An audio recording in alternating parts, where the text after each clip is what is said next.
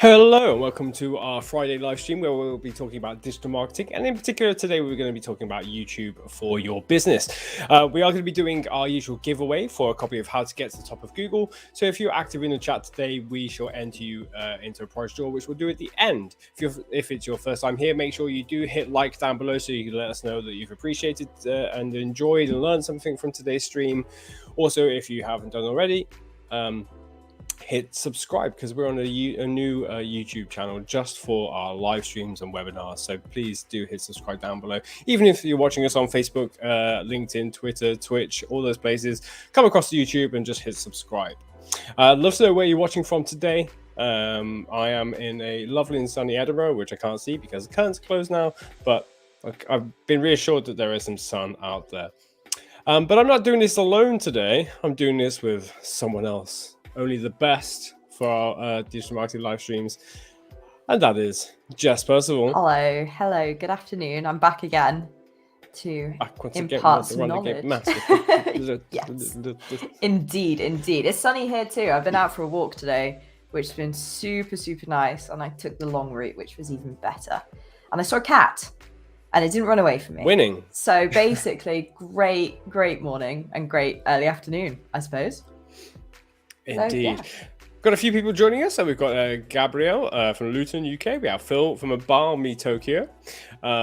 We've got Jess Purcell from Grantham. We have... Yep. But that's not what we're here to talk about today. And I just realized that we've got to get this transcribed. So very shortly, you will not hear much more from me. You'll hear from nobody but Jess Purcell. Jess is going to be talking to us about how to promote your business using YouTube. Jess. That's the one. And just so everybody knows, feel free to ask questions throughout this talk, but we will be answering them at the end. We should have time. I'm a fast talker, so please ask questions in case we need to fill up time at the end. And of course, as Dale already said, if you have any questions and leave them in the chat, you'll be entered in to win a copy of our book, How to Get to the Top of Google, which you can also download for free in the description if you can't wait, if you don't want a physical copy and you prefer an ebook version. So let's get into the background. Because you're all here, I would assume that you already know what YouTube is.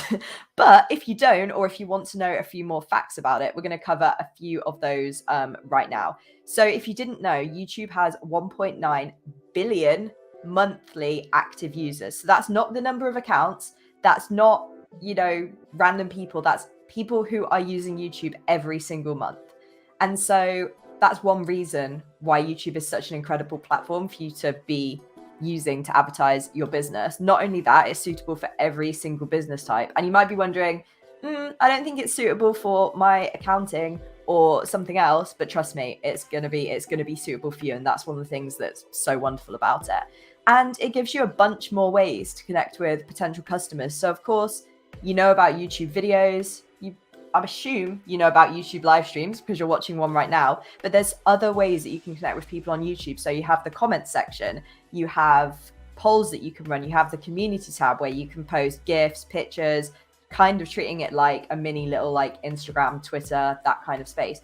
And you can post shorts the same as you can post like TikTok or Reels. So YouTube's really becoming this like almost like full service social media channel that you can use for a variety of things. And on top of all of that, it's free. It's free to sign up, free to create. The only things you have to pay for on YouTube is if you're like running ads, or I can't even think of any examples. No, you don't have to pay for YouTube. You can just do everything on here for free. So that's just a bunch of different reasons why YouTube is relevant to you and pretty much any business you can encounter. I wasn't sure if Dale had something to add. I don't even know how I did that. I'm so sorry. He was just like, hello, I would like the attention on me right now, everyone. Yeah, talk about me. I would like to say, though, Dale is absolutely cracking at YouTube stuff, behind the scenes YouTube stuff, SEO, all that. Well, SEO, I wouldn't call it SEO, but like planning and research. So if you did want to input anytime, Dale, you're more than welcome to. But anyway, I shall continue onwards. So we're going to go through a few different ways that you can use YouTube today for your business. And like I said, these are for any business, pretty much any business can make use of these. So the first thing we're going to cover is sharing your expertise. Now, if you started a business, I would expect you to have a little bit of expertise on your business and what you're selling. If you don't, it's definitely time to have a think about it, and get some knowledge about what you're selling and what your company is all about. So you can share your knowledge with your audience in video form, and it really helps you build trust with this audience and also establishes you as an expert in your space. If your video is the first one to come up when somebody's how to do accounting, how to apply for small claims court, how to get house insurance, then all these different things are going to make you look like a real expert in your field, and people will think of you kindly when it comes to actually using these services and potentially paying for them. You can also share how-tos and DIY. So if you offer a practical service, like you're a plumber, or you do woodworking, something like that, you can actually show off the start to finish of your process, how to use your product as well. So if you're selling a SaaS product or something that, let's say you sell screws for a specific thing, you can show how to use them in all sorts of different ways. And also you can just upload short tips and tricks. And a question we get asked quite a lot is, if we're showing them how to do it themselves, won't they just do it themselves? Which, I mean, yeah, is DIY. So are you stuck on the screen now, Dale? I'm here. No, I just looked over and saw you I'm just gesturing and keeping myself part of the stream without actually talking and making the transcriptor's job harder. I'm sorry. So I'll be emoting over here. I shouldn't I'm still interact part with of it. you. Apologies. So won't they just do it themselves? And the answer to that is not necessarily. So one example that we used, and we actually covered this in the blog that sort of partnered up with this stream that talks about a bunch of different businesses that are absolutely nailing it in the YouTube space. Blacktail Studio is I would say a company. It's just one guy who makes really, really fancy wooden furniture, mostly tables, which are basically just huge planks of wood with resin poured on top of them. I made them sound really boring. They're actually fantastic, but they have over 1.6 million subscribers. And the person behind the channel, Cam, actually said, I was a bit worried that people would just take my ideas. But the more he started sharing, the more he realized that people who were looking to make their own furniture and were looking to make things out of resin came to his videos, saw the process, and were like, I do not want to do that. I'm going to get this dude to do it because he's a lot better than me. I know he's going to do a good job. And even though he was sharing all his secrets and all these little tips, you can see some of them there, like how to stop an epoxy leak, how to saw a track saw, make any sort of track saw even. So he's sharing these secrets, but he's also sharing the ins and outs, the good, the bad, and all the reasons why somebody might not want to DIY this. Even though he's giving away his secrets, he's still making around $15,000 a month just from this business, just from his physical business. That doesn't include the ad revenue and whatnot that he's actually making from YouTube. And he said that it can, some of his tables can go for $15,000 because he's built himself up as such an expert through his YouTube. And he also said in the same video, which was from, can't remember who this video was from. Dale might be able to pop the link in the chat because he's the one who sent me the video, but unfortunately I cropped out the channel's name. But in this video, he actually said that he's focusing more time on his social media presence. Like he would rather just make tables to film that are a good video because he's making more money off of YouTube than he is from his table business, or they're kind of equaling out. So I did think that was very, very, very interesting. So realistically, you can show your value and sort of share your USPs as well. Show what makes you a good business while you're sharing your expertise. You don't have to share everything. So if you do have some little secret steps that make your product awesome or make your, in this case, tables awesome, you could just allude to it. Like say, now I'm going to do this step off camera. That's my secret super step that makes this 10 times more durable. So you don't have to share everything, but it's good to share a lot. And you'd be surprised how many people still want to buy from you, even if you do share all your secrets. And finally, be honest about the process. If it is a tough process, you don't have to show everything. as being absolutely perfect. Thank you, Dale, for sharing that YouTube link below. But yeah, you can be honest about the process, and especially if you do show some of the bad parts, maybe not your mistakes, but some of the more challenging bits, that encourages people more to go with you rather than trying to do it themselves. So yeah, that's the first thing that I would say. And I think any business can do that, whether you do accounting software and you want to show people how to do their accounting manually, but really your software makes their life a lot easier. That's an example of how you could do something like that. So next up, kind of adjacent to this, is giving out free information. So it's kind of what we're doing right now. We're giving you out some free information that you can use and that's super actionable. And Dale is making sure that you truly know what we're talking about right now. So yeah, we can give out free information and then essentially charge for better information. So you can share like simple or basic information on your YouTube channel, and then those that want to advance their skills can do so via your paid course or tool. And what makes YouTube even better for that kind of thing is they're actually seeing you give out that information. So especially if you're like teaching a skill, I guess everything you teach is a skill. Yeah. So if you're teaching a skill, then it shows that you're an expert, same as what we were talking about before. You're an expert in your field, you're a great teacher, and then people will expect the same from a paid course or tool. So an example we used here was a channel called Accounting Stuff, who shares videos about accounting. And he's got some videos here that are like accounting basics, the accounting equation for beginners, more accounting basic stuff. He even uploaded a 5-hour video about doing accounting, like the ultimate accounting thing. And this is all free.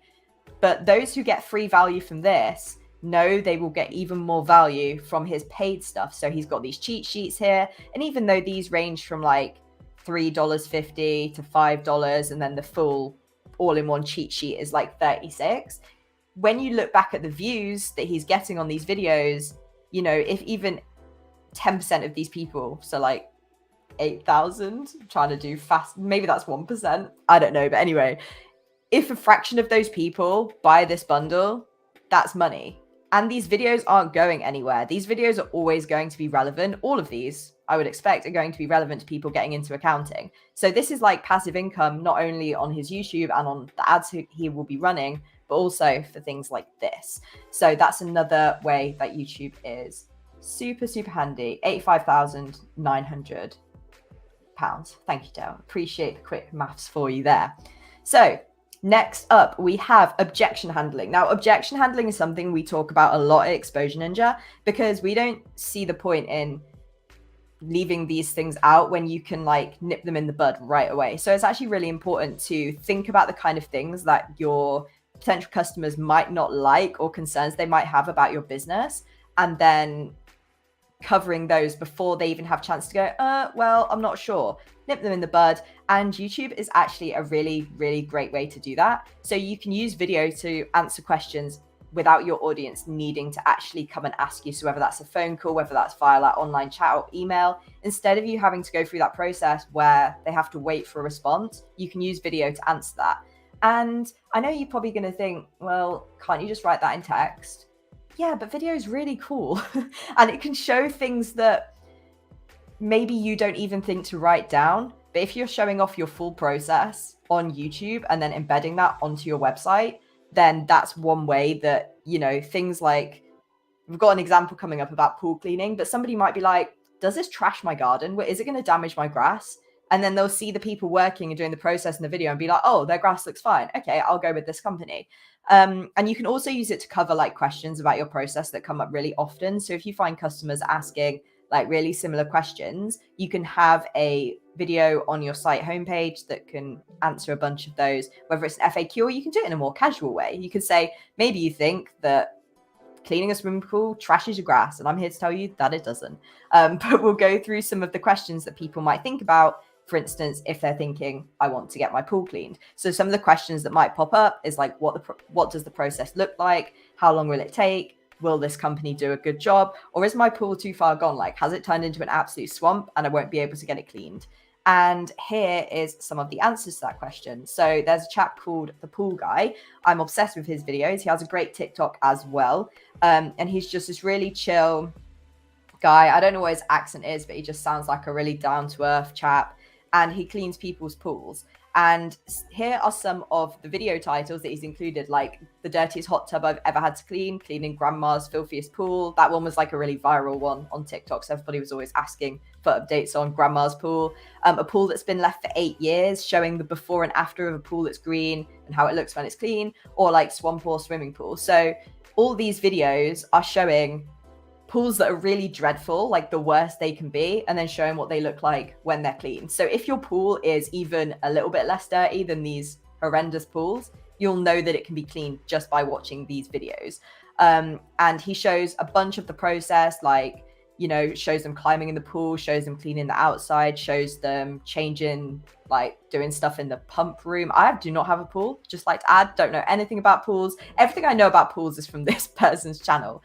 But all of this kind of helps put customers' minds at ease in ways that you can't necessarily always expect. So people who do want their pools cleaned will be watching things like this 1 hour video that shows pretty much the whole process in real time, and it will help answer a bunch of their questions. And something else that I noticed about this too is if you've got like a stranger coming to your house, that can be kind of scary for me as like a lone female. That can be quite scary. So if I did have a pool and lived on my own, I would feel comfortable with these people coming to my house because I've seen them in the YouTube videos, seen how they act with their customers and seen how they are. So it kind of builds up this like extra level of comfort. I don't know. That was just one thing that popped into my brain while I was researching this.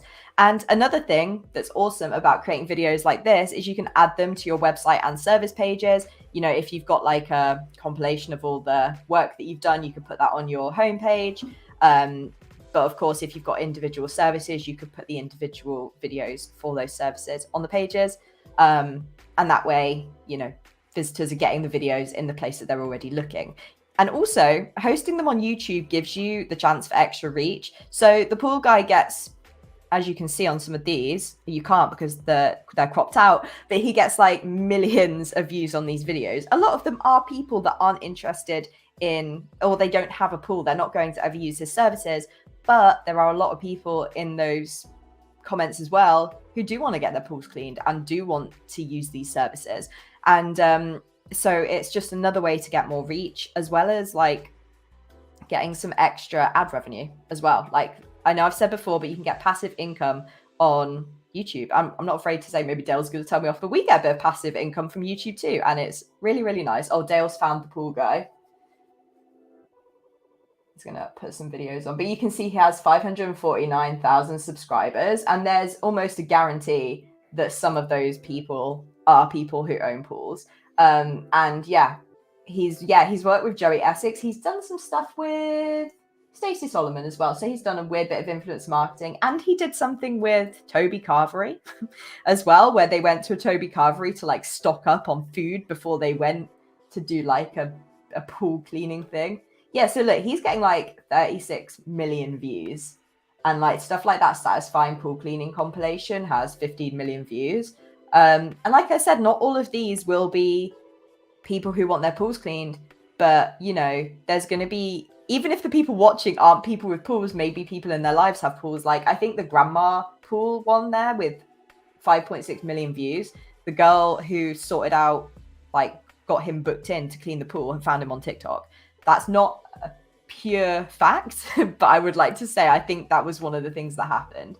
And yeah, Dale said it's the entertainment factor. That's another thing as well. He has such a great personality, and we'll sort of touch on that a little bit later. But even if you feel like you don't have a good personality for camera, after a while, you do start to like build up your confidence and get into it. So, but we'll touch on that more a little bit later on. So the next tactic we have is targeting your audience's interests.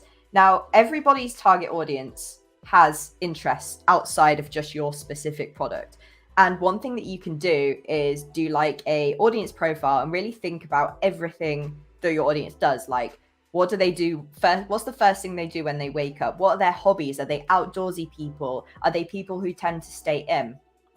There's all sorts of different things that you can do to figure out sort of what makes your audience tick. And they all have different hobbies and things that they'll be looking for on YouTube, even when they're not really thinking about your product. So as I've said, yeah, your audience they're very likely to have interests outside of your business and related to your business if they're already looking at your product. So think about some ways you could create content combining those interests with your product. So a great example that we have is vidIQ, who we actually use on our YouTube channel, and they have a product, a tool that helps you grow on YouTube by showing you some stats, showing you some trends. It's really, really good. I was actually using it last night for my personal YouTube channel, and there was already a bunch of stuff that I was like, oh, I wish I'd unlocked. I wish I was paying for the pro version like that. I want to unlock it.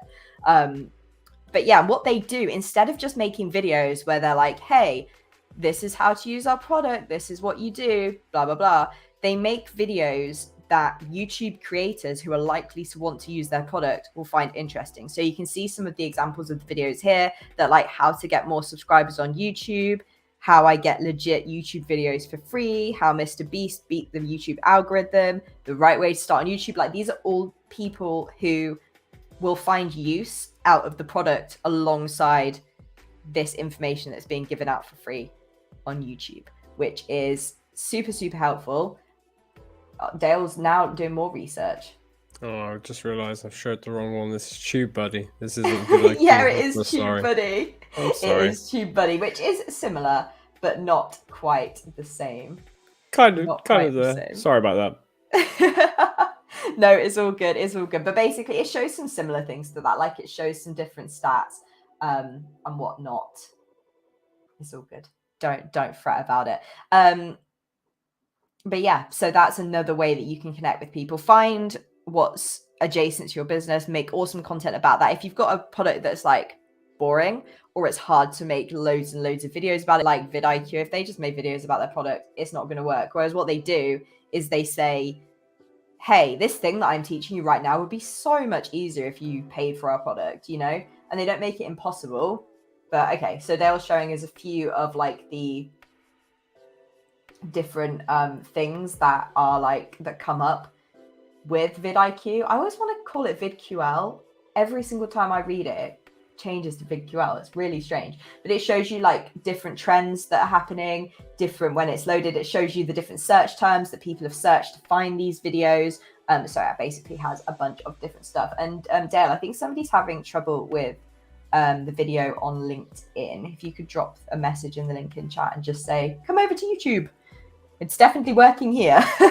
But yeah, so that's another thing that you can do on YouTube. And so the next one, I think people don't really talk about as much as they could.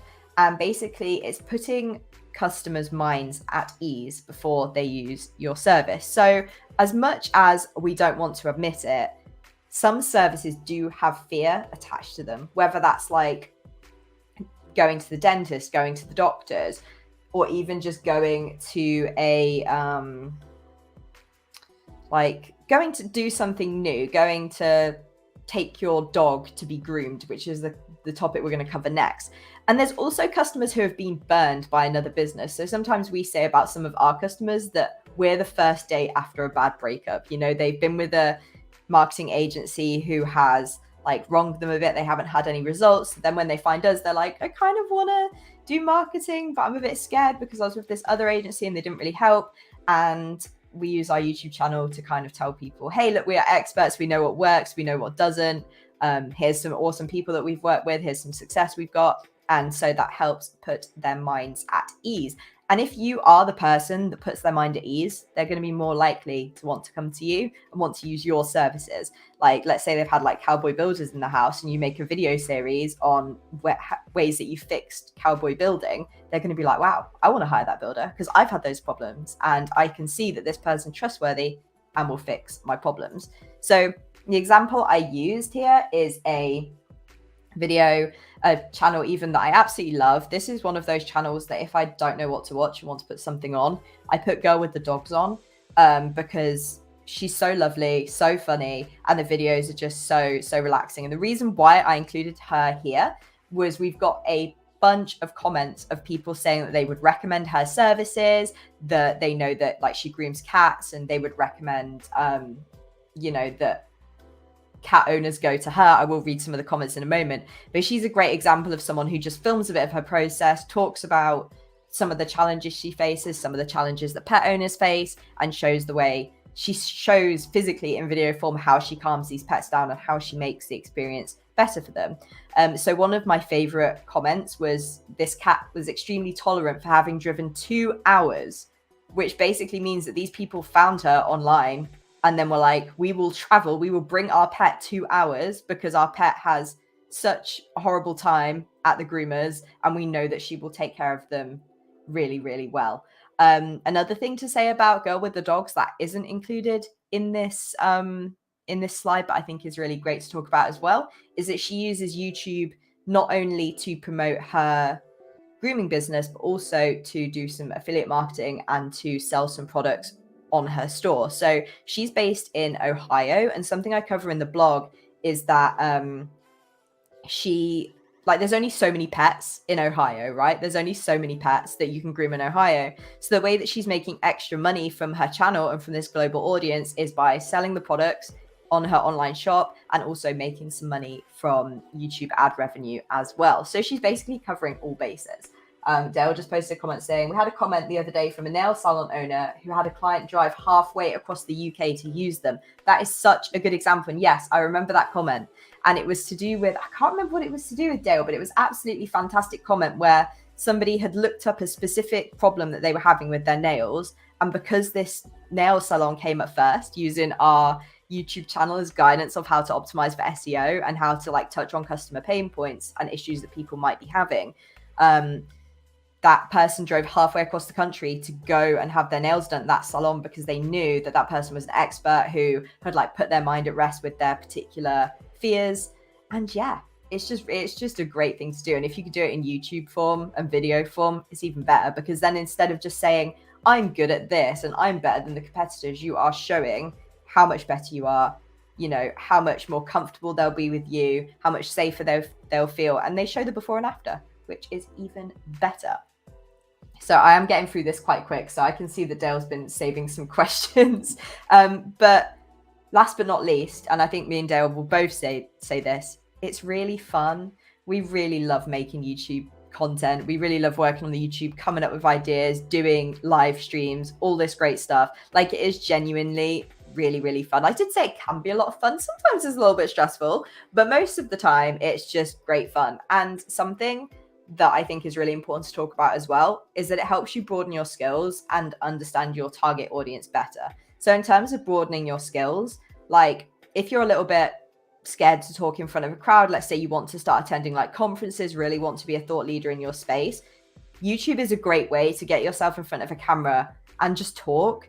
And something else that's fantastic about it as well is you can see your progress as you go along. You get to see your progress and how much you've improved. We actually held a virtual event, Dominate 2022, which was hosted by Dale. But I hosted some roundtables for that, and I was like, wow, I could actually do this. I feel like I have the confidence now to do this in real life, and actually do it on a physical stage or host on a physical stage. And I wouldn't have been able to get that practice in a more chilled environment without YouTube. So I do think that's really important. The other thing is understanding your target audience better. You can really connect with people on a personal level. Jess is a true pro, not quite.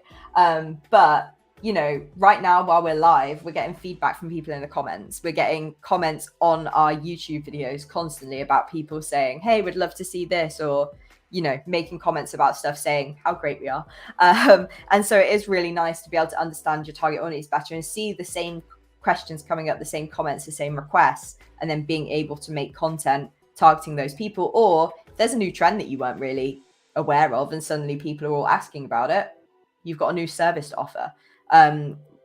One that I didn't include in this presentation because it's kind of a contentious issue, but that's exactly what Kylie Jenner did with Kylie Cosmetics. She created the YouTube channel because she knew she wanted to launch a beauty brand, but wasn't really sure what to do. And from the comments and interactions on her YouTube content, she realized people really wanted lip kits because they wanted to have the same look that she had. So she created the lip kits. They sold out in 1 minute. And that was just from communicating with her audience on YouTube and sort of building herself up as like a thought leader in the space and being good at makeup, and understanding what her audience actually wanted.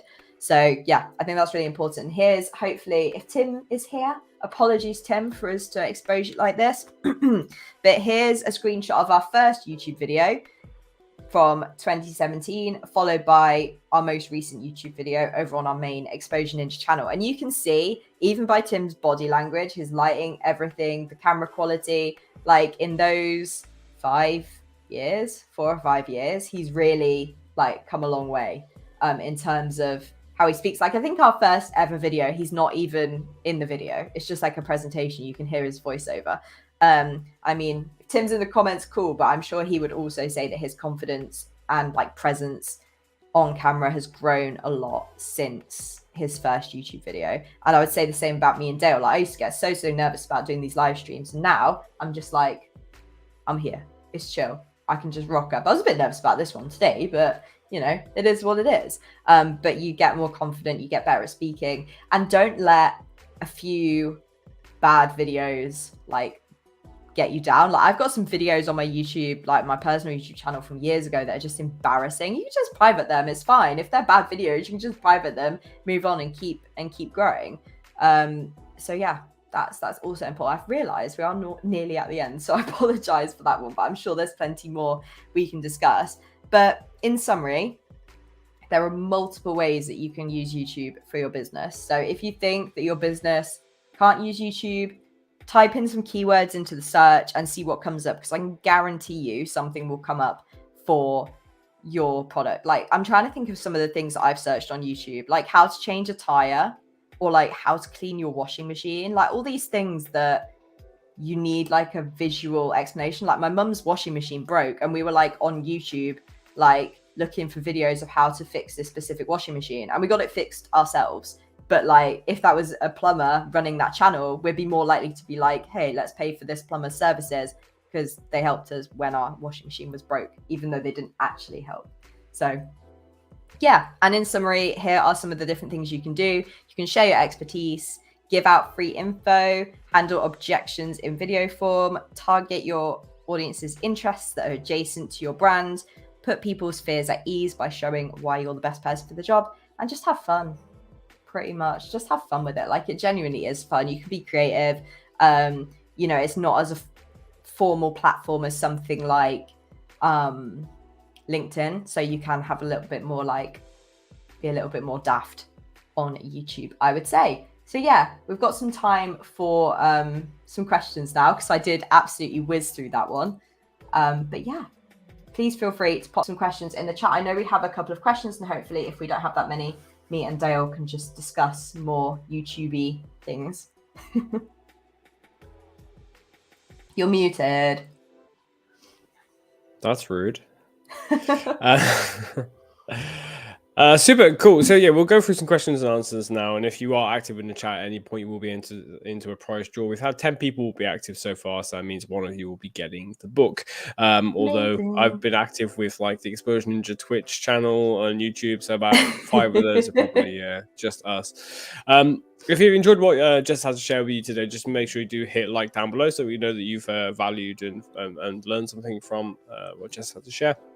But we will go on to those questions. If you are stuck with your own marketing, please feel free to submit your website for a free website marketing review. You can do so at the link above, exposureninja.com/review, and you'll get a 10 to 15 minute review of your website, your marketing, and it's done by a person, not a tool. So it'll be done by a real person who is taking into account all the different aspects of your website. So yeah, very cool. Splendid stuff. Okay, cool. I'm going to do some questions and answers. I'm going to make sure that I'm blocked off because I'm the one. That's better. Cool. So one of the first questions we had was, is there any guidance on typical video duration?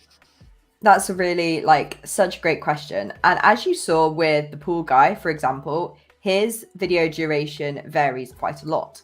And that's because he's got different videos that serve different purposes. So he's got these really short videos that he's repurposing from TikTok that could be like a satisfying pool cleaning videos, like mini ones, that he just uploads as YouTube shorts. Then he's got some that are like 15 to 20 minutes in length, where he shows the full process. But on occasion, he'll upload videos that are an hour long when he feels like he wants to show a bigger process from start to finish. So it's really about how much do you want to show, and do you have enough to say to keep people invested in your video. So like with the pool guy, one of the reasons he can upload longer videos, whether that's like 15, 20 minutes, is because people want to stay around and see what happens at the end. They want to see the pool cleaned at the end.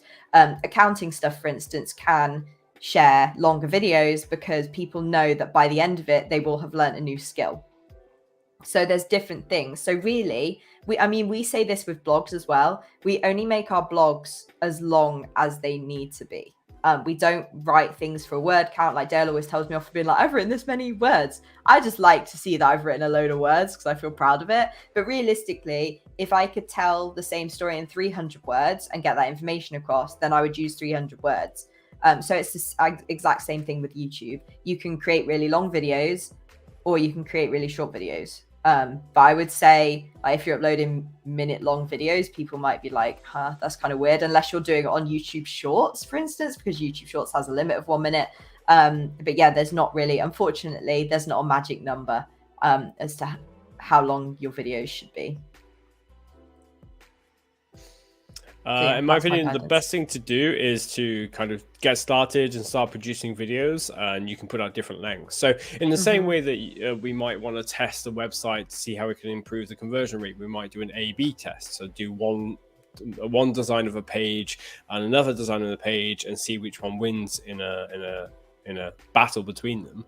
I would do the same with videos. So you can create something long, you can create something short, and see how people respond to them. So YouTube Analytics is actually the best it's ever been. So now you can go into a video and you can see what the average viewing duration is. You can see what the retention is like.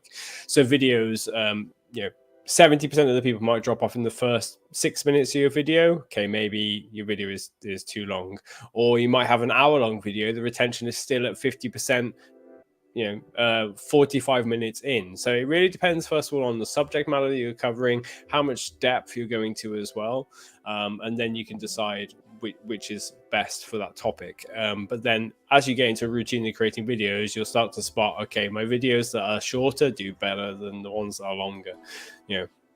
Some of our longest videos, the retention rate by 30 minutes in sometimes could be as little as 40%, 30%, 20%. So that's telling me, okay, 60% of the people watching the videos aren't getting anything by that point. So maybe the videos are too long, or we've covered it well enough that they're going to see something else.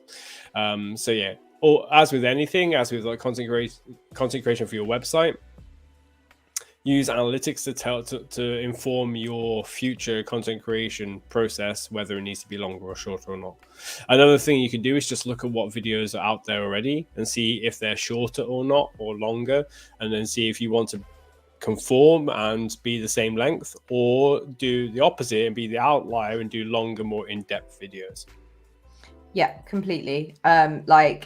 Basically what we're trying to say is don't cut your videos too short just because you feel like you need to hit a certain number, and don't make them long just because you feel like you need to hit a certain number. YouTube rewards videos that make people stay on the platform. So that's what it's all about. And if you create a video that people don't learn anything from and then they close YouTube because it was too short, it's not going to get pushed to the algorithm. So yeah, there's like I said, unfortunately it's not a straight answer, and you do really have to test a bunch of different things, as Dale said. So yeah, next question. Another question from Lee. So is asking, do you need to drive traffic to your YouTube channel, or is it that people find you through the YouTube search tool? Yeah, that's a really, really great question. So YouTube is actually our biggest social media platform. And of course, we do promote other YouTube videos across our other social media platforms. And I think we maybe get 5 or 6% of our traffic through our social media platforms. But most of our, Daryl will probably correct me on this, but I think either most of our YouTube traffic comes through search, and then second, it's recommended, which will be, or suggested, which will basically be search is when people search around your topic. And then recommended is like that little bit down the side that says like things that you should watch next. Or when you open up YouTube and it shows you the like recommended videos that you can watch. So yeah, that's our two main ways of getting traffic. So really it's all about looking what's in your space, but not only looking what's in your space, looking at those videos and then seeing in those search and the recommended and suggested boxes, what's being recommended, what are people watching that's similar to what you're posting, or people that are in your niche. So yeah, people can definitely find you through the YouTube search tool, but don't underestimate the power of the suggested or the recommended videos as well, and see if you can create content that's going to appeal to those people. I can see that Dale's trying to do something in the background to show off our stats, but I'm not sure that it quite worked. Yeah, I'm getting stopped by Google trying to verify my account. Yes, of course. What I was trying to do was to see what our percentages look like within YouTube's analytics. That's absolutely fine. I'll leave you to sort that out. So there's a couple of ways that you can really optimize for search. And unlike other platforms, it's not necessarily about having the best hashtags or having the best description. It's not like SEO, but what you do need is fantastic titles and fantastic thumbnails, because that's what people are seeing in those results when they're looking for searches. So last night I was looking for Sims 4 building videos, which obviously isn't related to business, but it is related to me. And, things that I was looking for in the thumbnails is how good does the finished thing look? Does the person in the video look nice? Are they going to actually talk to us? Like, is it going to be interesting? And so you can get a feel for that from the thumbnail, and then the title would be explaining what they were building. And I'd be like, okay, that's what I want to watch. Or, but anyway, Dale's going to show us some of our stats. So you can see we get most of our traffic by quite a big margin. Nearly 34% of our traffic is from YouTube search. So people searching for terms around marketing. I would expect we do run some YouTube advertising as well. You don't have to do that, but we do like to do it on videos that we've put that time and energy into them. So really, it's a good plan to, put some money behind it. If you're putting ad spend on other platforms, why not put it on YouTube? And as you can see, 17% is also suggested videos, which is the type of stuff that comes up next to the video where it says like what you should watch next, or what pops up at the end of the video. So yeah, external is 7%. I was right. Well, nearly 7%. And a lot of it 35% of the external traffic is actually from Google search. So Google is showing more videos than ever in the search results. Plus there is like a videos tab. So not only are you getting views from the YouTube search engine, which is the second biggest search engine in the world after Google, you're also getting them from Google as well. So there's always potential there too. And then suggested videos. So, people have watched this video, which is also another one of our videos, and then watched another one of our videos based on that sidebar of suggested videos as well. So as you can see, there's a lot of traffic options. Like, you can rely entirely on YouTube search. 33% is a hefty amount of traffic when you think that we've been seen by 7.2 million viewers, YouTube users last year. This is all of 2021. That's a hefty amount. So 33% of that is coming through to our channel. That's mega. So you can get started and just start producing videos based on search queries that people are going to go to YouTube for, because they're informational, or they want to see how our process works and so on. And then you can start to think the other way, which is, how do I get promoted by like the browse feature? So when you go onto the homepage and you see all those videos in front of you, that's people browsing. That's YouTube or Google suggesting videos to you. And the more entertaining your videos are, the more the higher the retention rate and all that kind of stuff. Engagement is strong. The more likely they're going to recommend you in this browse area, and that percentage can actually be your top traffic source. Like, I've seen channels where browse is their leading. Like, okay, Mr. Beast, who I've been watching a lot of videos of recently, I imagine like browse is probably the number one place where they get their views from. Yeah. So people aren't going on to onto YouTube to search people giving away money in the street and stuff like that. That's just not what people are searching for. So depending on what you're actually trapped offering. on a boat with sharks, that was one he did Yeah. recently. Yeah. Like, people aren't searching that, but they'll see the thumbnail and the title on like their YouTube browse and be like, what on earth? And then they click. So yeah, very, very, very good points there. Next question. Is there any way of targeting activity geographically on YouTube? So there are some ways you can include in your video, like data when you upload your video, where it was filmed and the language it was filmed in, but there's not so many ways to target those things organically, unless you are like creating content about that country. But then again, that's probably going to attract like tourists and stuff. But it really depends on your business. But yeah, you can add the country that you filmed in, and that might help. I know that like with TikTok, for instance, obviously TikTok's not the same, but your videos are more likely to be recommended to people in the country the same as the one that you made your account in. So the one that's attached to your account. So I can imagine YouTube is somewhat similar, but yeah, you can say where it was filmed. So there is some ways, and I'm assuming with advertising as well. Not really familiar that much with YouTube advertising, but I'm guessing you can target geographically like you can with every single other platform, pretty much.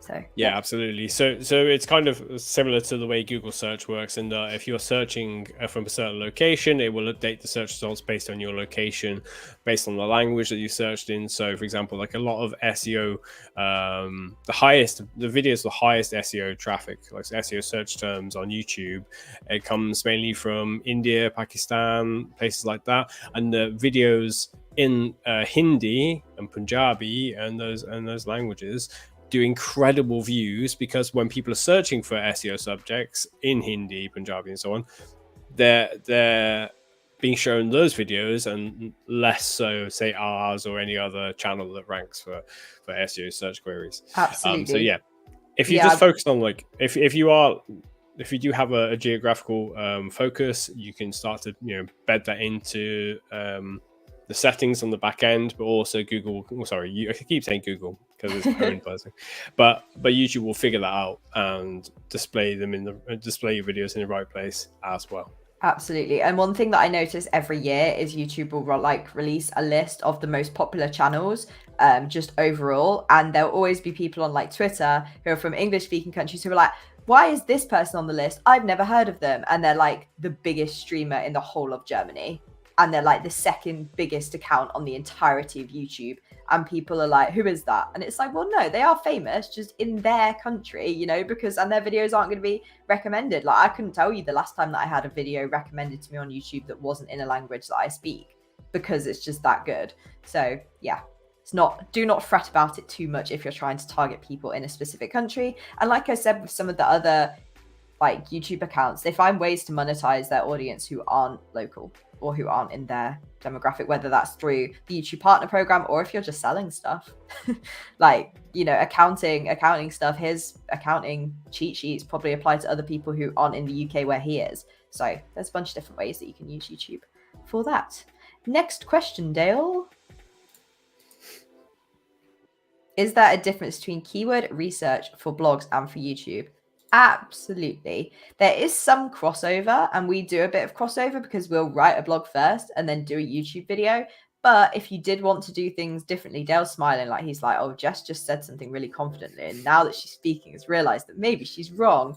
But let's say you're typing things on Google, right? That's different to what somebody might search on YouTube. You may even find that your YouTube audience and your blog audience are slightly different. So we probably wouldn't turn every single blog into a video, although we do because it's nice and we've already written the script for it and done the research. So it does make things easier.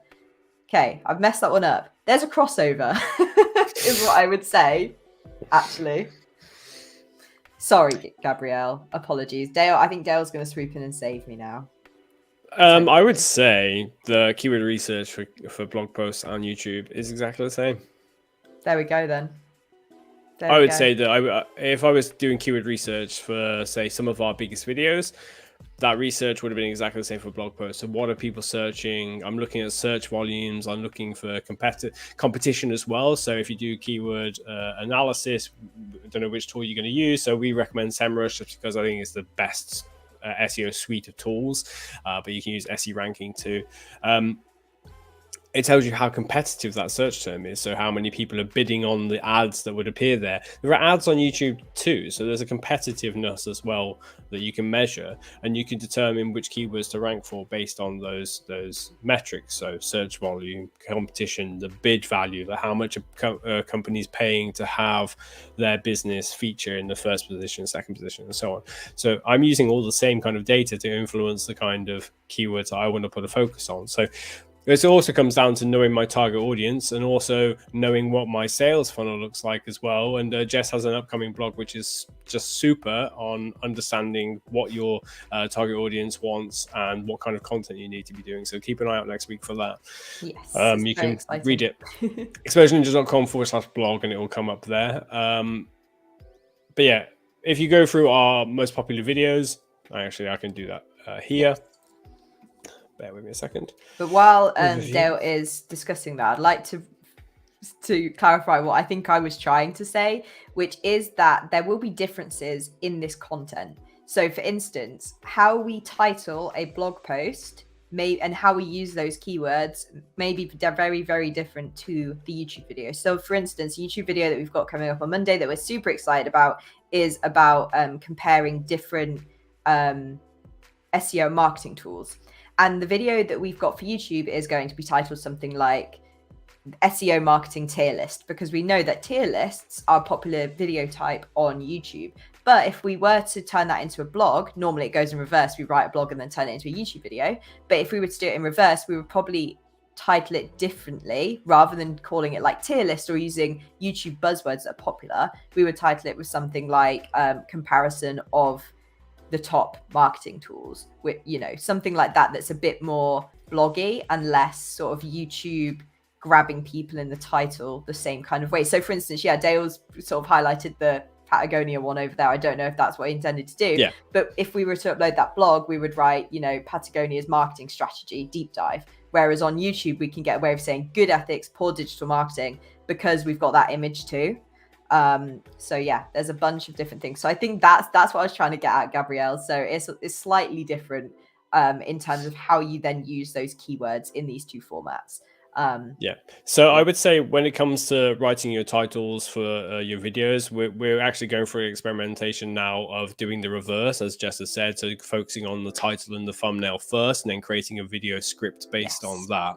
And as Jess said, you can get away with not having the word Patagonia in the title because you're hoping to get that browse. People going to the homepage, they see that thumbnail and go, okay, I want to understand what that means, versus people going to YouTube and searching for Patagonia marketing strategy. That video will come up and should hopefully capture them anyway.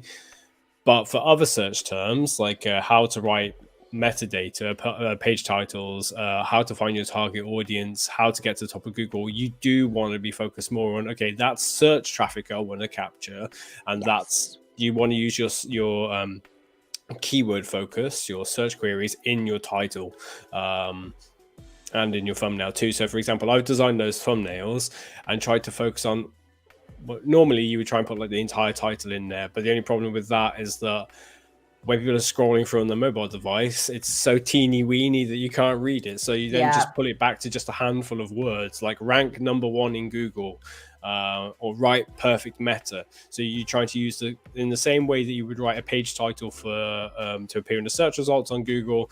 You use the keyword phrase in the title itself. The same here, you would use it in the thumbnail to hope that people see those words as they're quickly glancing across like 10 results and see, okay, perfect metadata or audience in 6 questions, rank #1. It matches their search intent. Absolutely. Thank you for rescuing me on that question there, Dale, that I answered with such confidence. Completely wrong. But yeah, so there is a lot of similarities in that instance. So Phil says, I see a lot of ads on YouTube, in fact, for making cartoon YouTube videos. Do you think this is a good idea? It seems slightly gimmicky to me. So that is very much about your target audience. And I think part of the fact that you're saying it feels slightly gimmicky maybe means that it could be. I know that like these cartoon explainer videos were really popular a few years back. So it would be worth just looking in your space and seeing the recent YouTube uploads for sort of the search terms you're trying to target. And if none of them are these cartoon videos, then it's probably just not for you. Like, I know that whiteboard videos were really, really popular for a while, and now whenever I see them, I'm like, oh god, that's so outdated, like they're a bit behind, you know. And maybe that's just me being judgmental and being a bit younger. No worries, Lee, thanks for being here. But yeah, maybe it's because I'm a bit younger and a bit more like, oh, that's cringy, and maybe your target audience would actually really like that. So there's a few different things that you can look at to sort of decide whether that would be a good fit for you, whether that's your own gut feeling if you feel like it's gimmicky, or whether when you search things on YouTube you can see. Oh, good old Dream. Well, not really.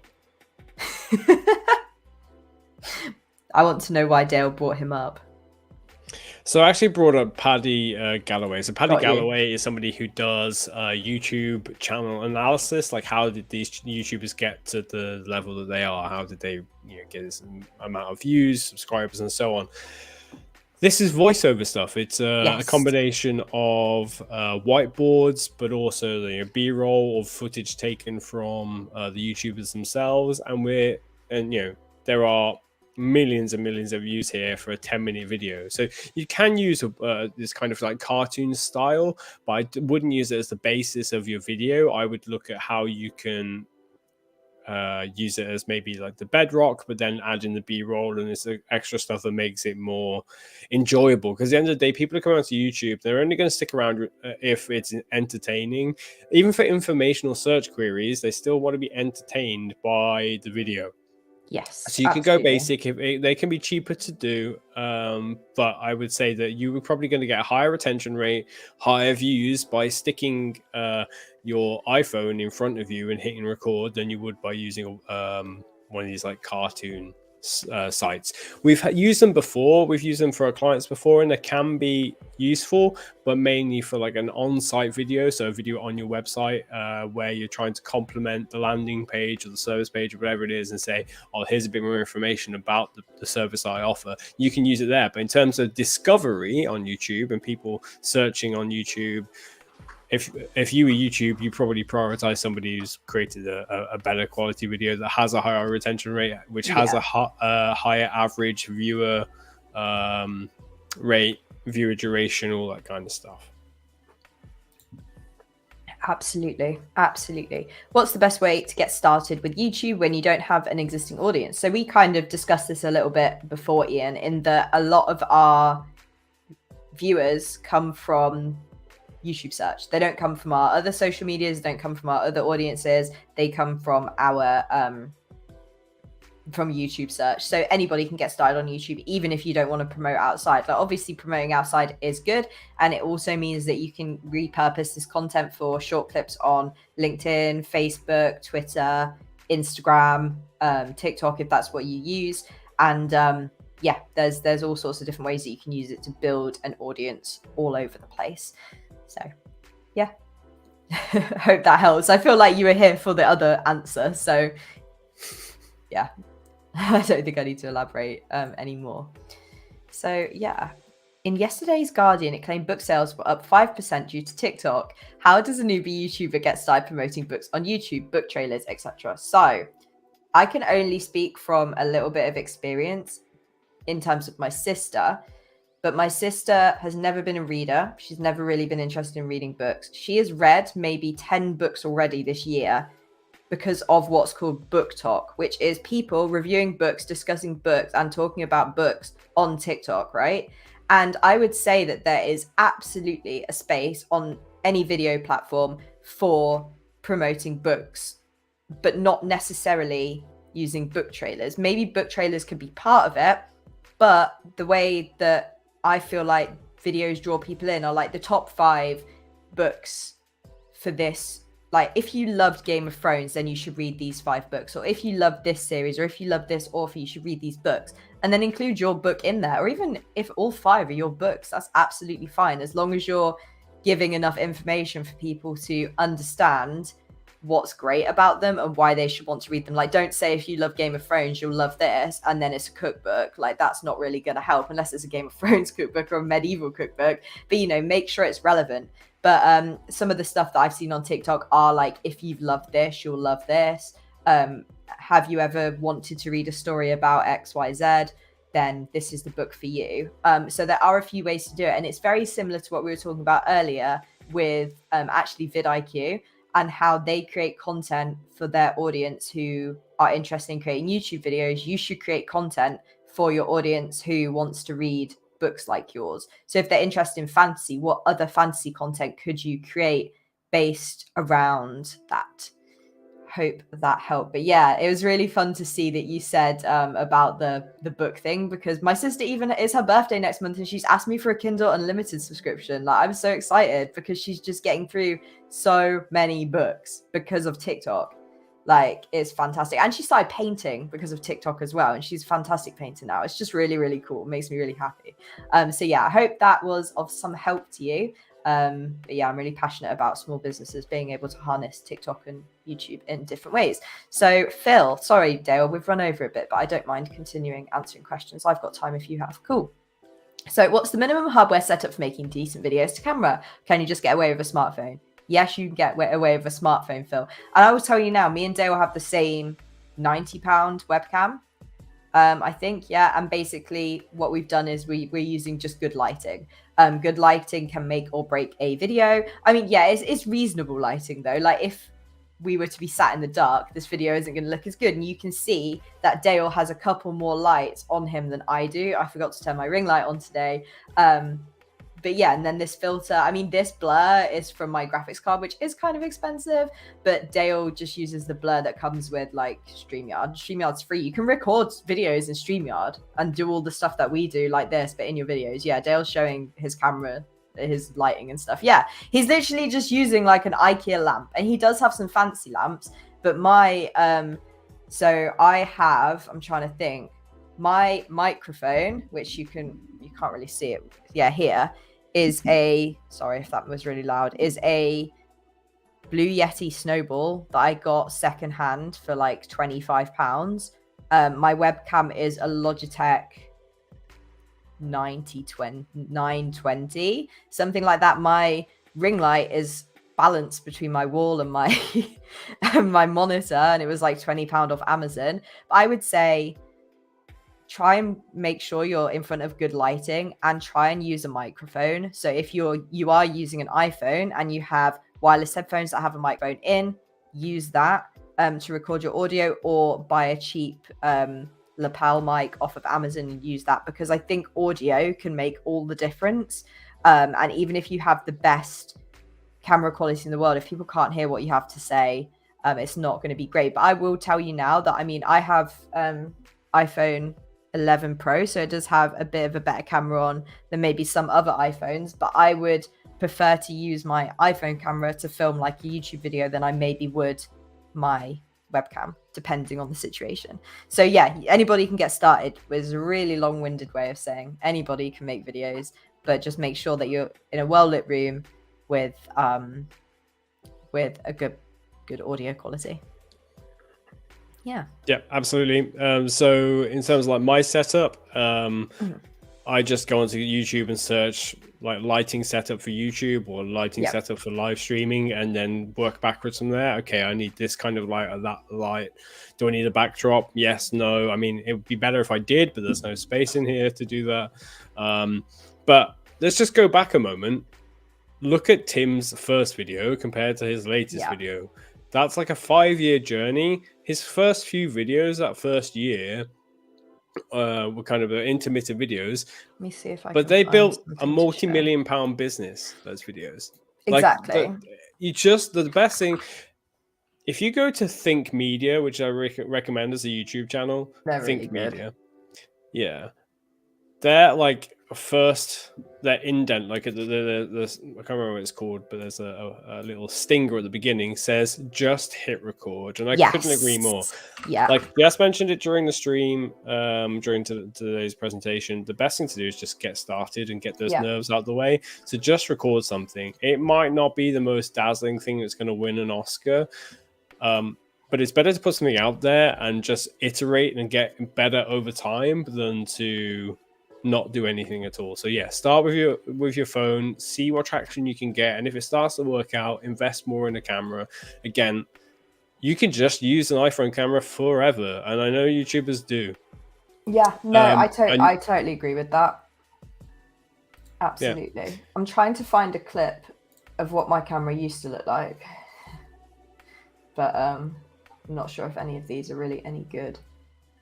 But you can use the income if you start being successful on somewhere like YouTube. You can use the income you make from that to upgrade your kit.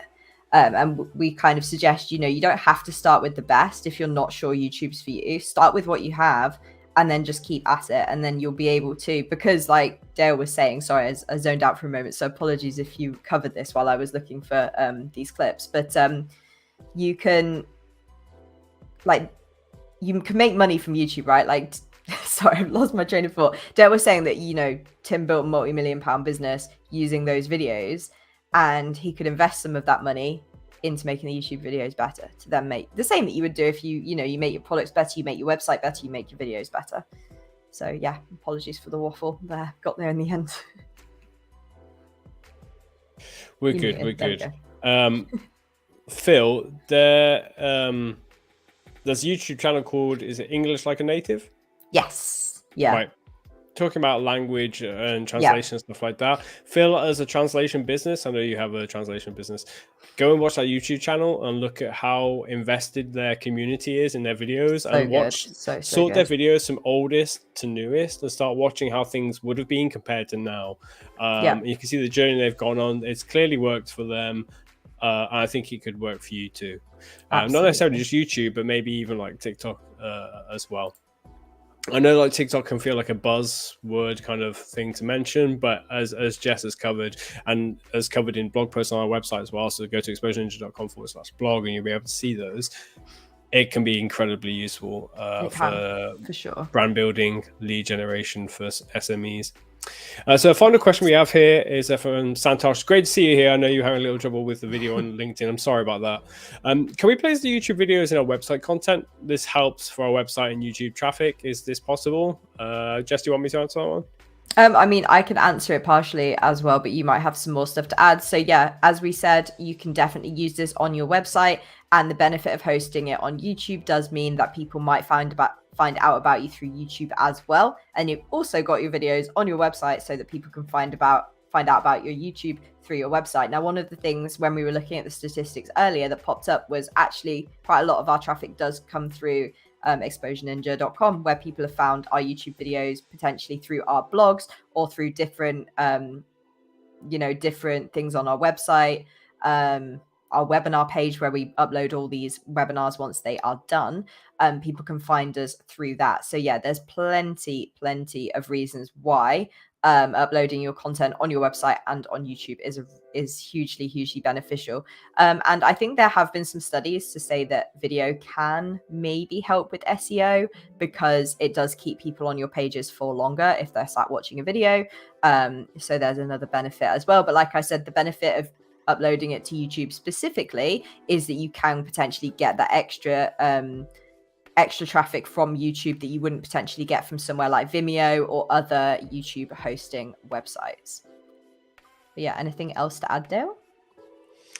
Well, yeah, I mean, you've got it pretty much covered. I love adding videos into blog posts or just your websites in general, just because it offers people a different way of engaging with your content. So some people prefer to read to learn, some people prefer to do to learn, and some people prefer to watch and listen in order to learn.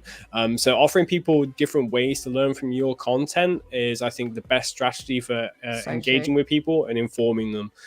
So that's why we always like to use videos. Plus, it increases your average duration time. So the amount of time they spend on your website can increase from 5 minutes just reading an article to 30 minutes engaging with it, watching it, and getting deeply invested in your brand as well. So yeah, if you go to any of our blog posts, I would say that they almost all have videos embedded in them. And I can tell you that the session duration time on our site is pretty decent because of that. So yeah, this just before we end, I do the prize draw for the book. Unless anybody has any questions, because we're going to tie up soon, but we do have, I could talk about YouTube all day long. Yeah, same. This is English Like a Native, so they have like hundreds of videos and teaching people how to learn English or how to speak I'm trying to think of the right word. Speak with fewer errors, grammatical errors, and so on.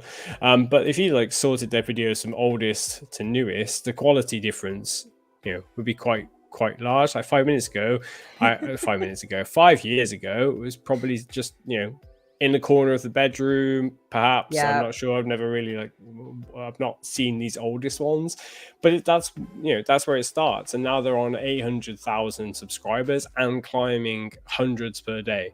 And then that's building out your business, and then you can get people over to your website by using a call to action in the video. Like ours is go to exposureninja.com/review, and you'll be able to get a website review sent directly to you, personalized, and helping you to increase your traffic ranking, all that kind of business. English Like a Native has the same kind of thing where you can join the conversation club, but there'll be more things to purchase, like maybe translation services and so on, programs, courses through that too.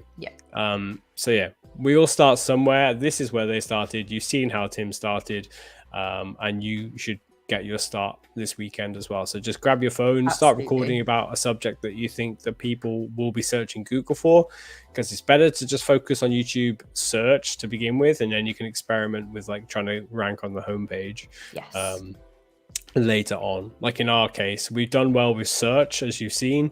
Now it's time to focus on how we get that browse traffic.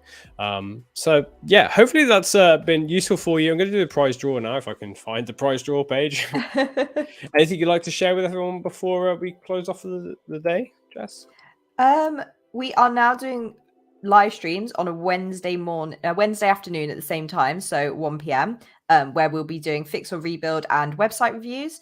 So if you enjoy those, we're doing those on a Wednesday now, same time, 1 o'clock. Of course, Exposure Ninja won the prize draw. We're also continuing to do these webinars over on this channel, so make sure you have subscribed and hit that notification bell so that you can be notified when you get those videos. Also, congratulations, Tracy, you have won a copy of our book, How to Get to the Top of Google 2022 edition. It's an absolutely beautiful book. I love it, and that's a physical copy. If anybody's disappointed they didn't win the giveaway, you can also go down to the description and download ebook. So Tracy, if you could please email dale@exposureninja.com just saying that you won the book, and he will send that over to you and get that posted out to you. If you could just provide your address and your phone number, then Dale will get that sent to you.